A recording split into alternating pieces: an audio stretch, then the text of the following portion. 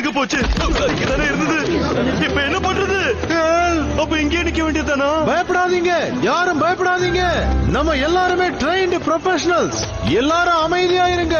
நாம இந்த இலைய சுத்தி போறோம். சுத்திக்கிட்டு போகணுமா? எனக்கு என்னமோ இது வேலைக்காகும் தோணல. ஓ, பயப்படாதீங்க.